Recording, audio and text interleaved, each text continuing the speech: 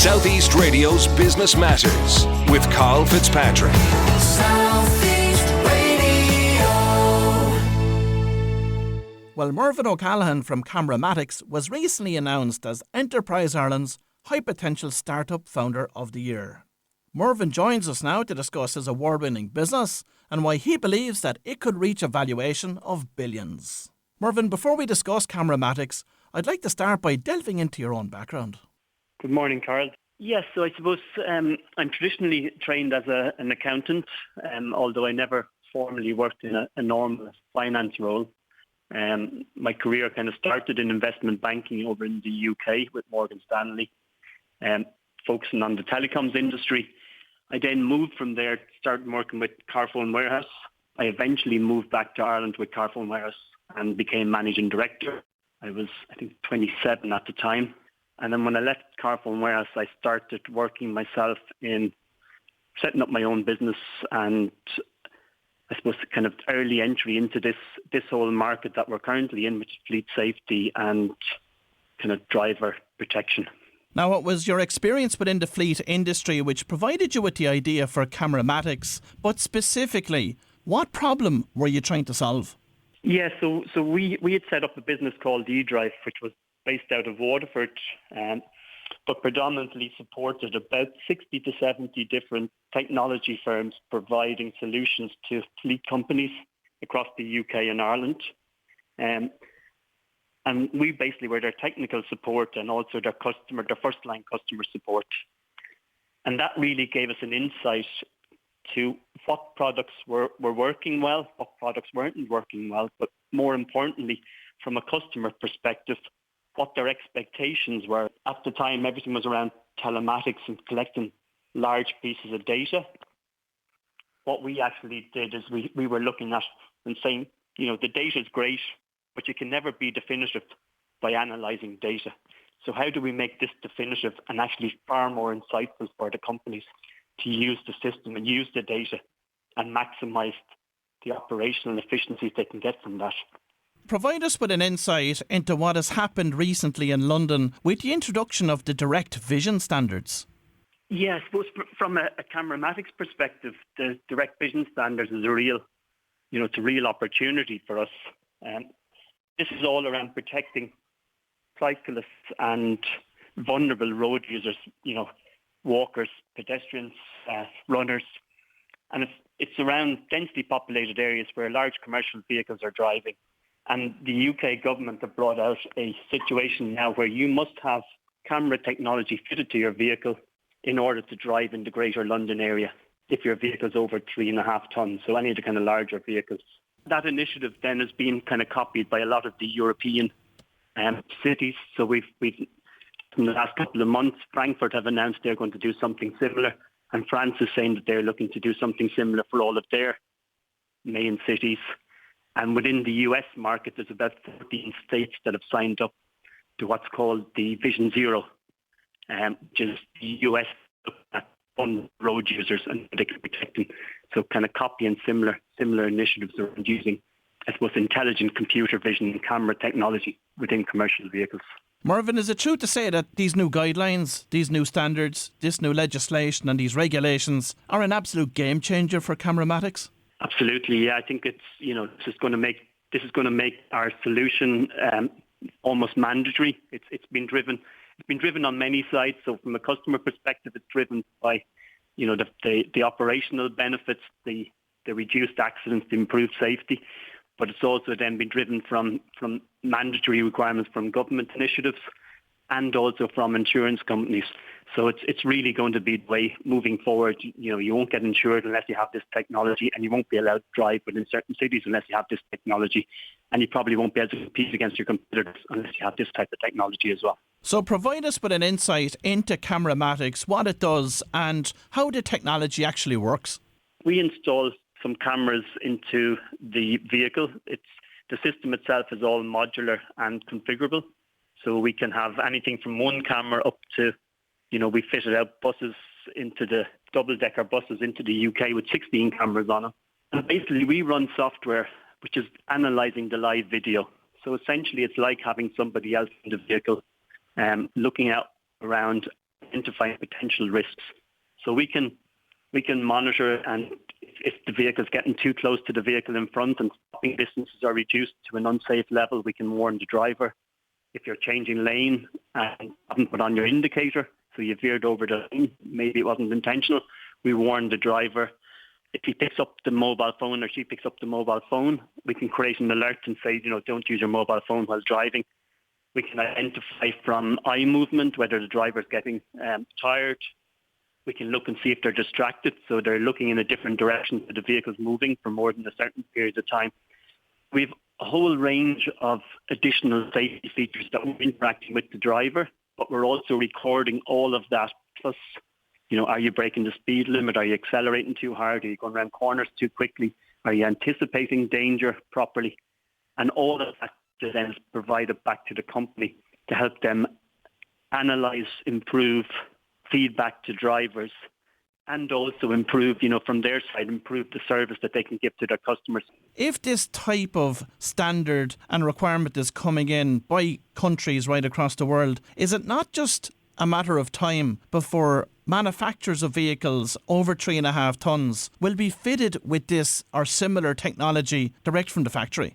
Yeah, it's a very good point. I think, when you look at what the manufacturers are doing, a lot of the manufacturer technology is focused around providing an aid to the driver. So it's helping the driver, but the data never gets captured. So if you have a driver that doesn't, it's been warned that you're changing lanes without putting on your indicator, but he continues to do that, that information isn't collected or shared anywhere. So it's the trend in the data and the analysis of the data that's really important. So we see the business evolve, and at the moment we're installing our hardware into the vehicles because vehicles don't come with sophisticated enough hardware. As we start developing and more sensors of the vehicles, our software will sit on top of that, and we'll take direct feeds from the vehicle and feed that into our system, and we will do the analysis and provide all of the feedback back to the company. Another really important part is that most companies don't just run one particular type or model of vehicle. So they have a whole range of vehicles from different manufacturers.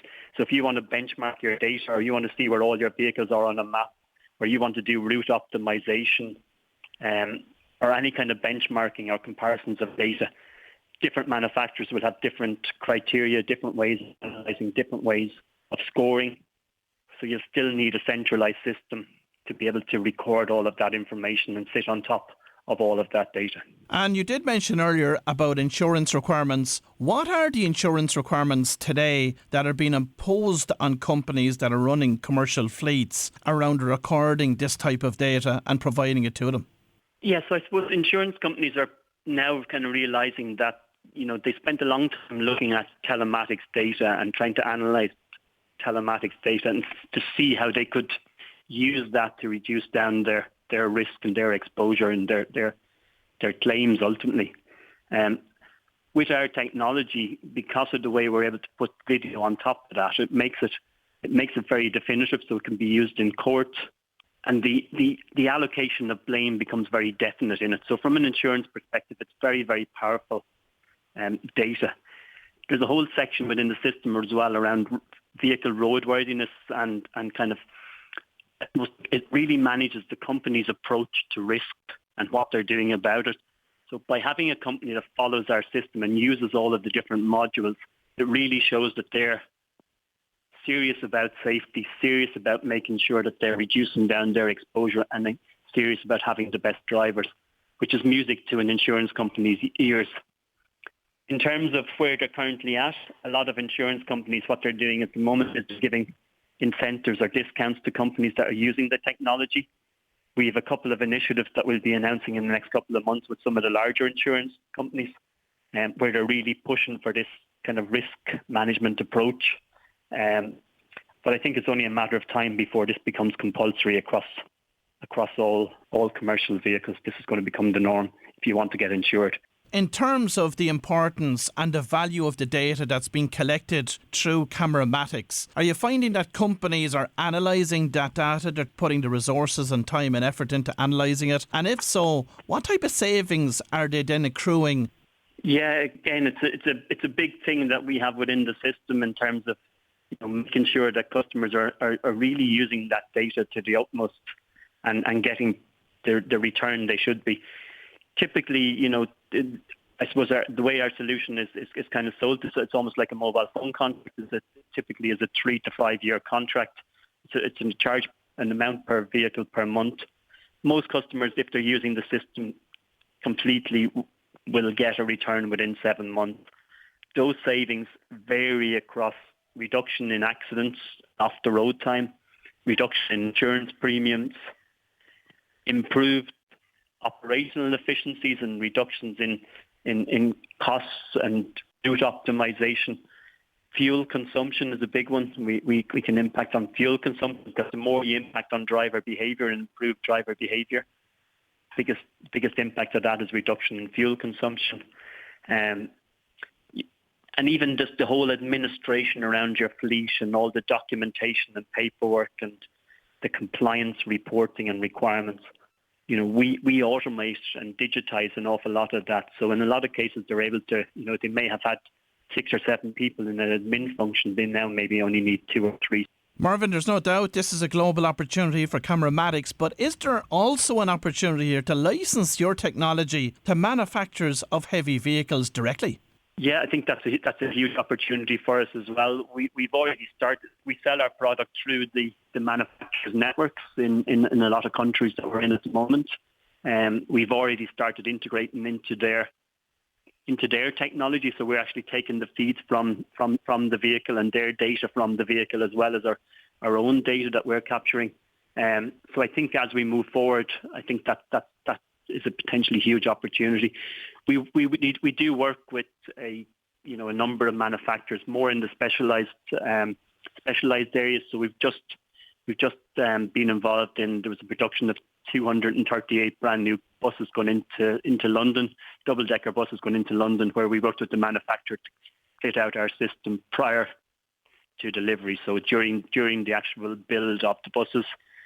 Similarly, we've just done a deal with a company that makes cranes, and there's an order for a whole fleet of new cranes, and they're all being built with our technology pre-fitted. So it's becoming more and more the norm. And what is the realistic scale of this opportunity for your company? The market size is absolutely huge. It's every company that has someone in their company driving a vehicle is a potential target. So across all sectors in every country in the world, that's the scale of the opportunity. The industry itself, it's all this talk around autonomous driving and all of these areas. As we kind of move towards those sectors, being able to analyse and having live information back from vehicles is going to become more and more important. And being able to tell if something does go wrong, what caused it to go wrong, because that's where the liability is going to sit. It's going to become really, really important as well. So, some people would say, well, surely with autonomous driving, you're not going to need any of this technology. It's actually the opposite. You're going to need more and more of this type of technology and this type of analytics to be able to identify and see what actually happened. And as Cameramatics becomes a global company, are you seeing new entrants coming in to compete against you? And if so, how are you protecting the business and managing to stay ahead? Yeah, the sector itself is pretty new. So a lot of the competition within the sector would be traditional telematics companies that would have been, a lot of them would have been in existence for quite a while now. They're all in a mad scramble to catch up from a technology perspective. But it's quite a leap from them to go to where we are from the type of technology that they currently have. The whole infrastructure, their whole approach is really fundamentally different. There is one or two competitors that we have there's one competitor that we have in the States, and they're trading, I think, 6 years now. I think they're the fastest growing company in the world. Within those 6 years, they've raised $1 billion in funding, and they're currently valued at about $7 billion. So we would see them as our main competition. New entrants, it's very hard. The technology is it's complicated technology. Really, our core kind of advantage in the market is really our insight. Those 12 or 13 years that we had working with all the technology providers really gave us that insight and the customer feedback that we were getting. We built our technology from the customer back. A lot of the competition have built the technology and are trying to apply it to an industry. And based on the growth potential of this business and the overall industry, is it likely that your business could become an acquisition target in the future? That's definitely likely. We are 4.5 years trading so far, and we've probably had 6 or 7 offers to acquire us already. So I would say that at the moment I'm probably having 2 or 3 conversations with US-based either private equity or industry, strategic kind of industry acquirers all the time. And what's holding you back from agreeing to a sale? Price is not big enough. We see the size of the opportunity. We're far too early in our journey. The opportunity here is huge. This has the opportunity to be, not just a couple of 100 million valuation business. This has the opportunity to be billions, and that's kind of where we're targeting. So we're only starting our journey. So to jump now, it's far too early. Some of the offers that have come through, we could all easily retire and never have to work again. But there's no fun in that. And on a related note, you were recently awarded the High Potential Startup Founder of the Year award by Enterprise Ireland. No small accolade, I have to say, but what do award wins mean to you and the team? They're great. I think it's a real recognition for everyone within the business, within a startup, particularly the sector we're in and the growth phase that we're in. It can be hard work. It can be hard for people to come in. Particularly if people come in and they're used to very structured roles and things not changing, it can be a real difficult environment. And I think seeing these kind of awards, this kind of recognition, really shows to people that we're doing something different and something special. And we've been lucky enough. I think within the last couple of years we were finalists in the Ernst & Young Entrepreneur of the Year. We've just won, as you mentioned, the HPSU Founder of the Year. We were also a finalist in the US Shark Tank for disruptive technology, and we've probably won about another 25 to 30 different industry-related or technology-related awards. So it's a real. To me, that's a real shout out to everybody else and what they're doing within the business. Now, finally this morning, Mervyn, with a presence in Ireland, the UK, the US and mainland Europe, where is the next wave of growth going to come from? Well, interestingly, we've just hired, he just started 2 weeks ago, our first employee in the UAE. And so he started there, and we see a big opportunity over there. We've already engaged with a number of kind of government associations over there around, they've quite strict rules in that. So, our system could work really well over there. So that's definitely a huge opportunity for us. We've also we're in the process of registering a company in Australia. Well, if you've just tuned in, that was Mervyn O'Callaghan from Cameramatics. And of course, my favourite businesses are those that have a legislative driver behind them, and Cameramatics certainly ticks that box. I will be watching this business with interest. Southeast Radio's Business Matters with Carl Fitzpatrick. Southeast.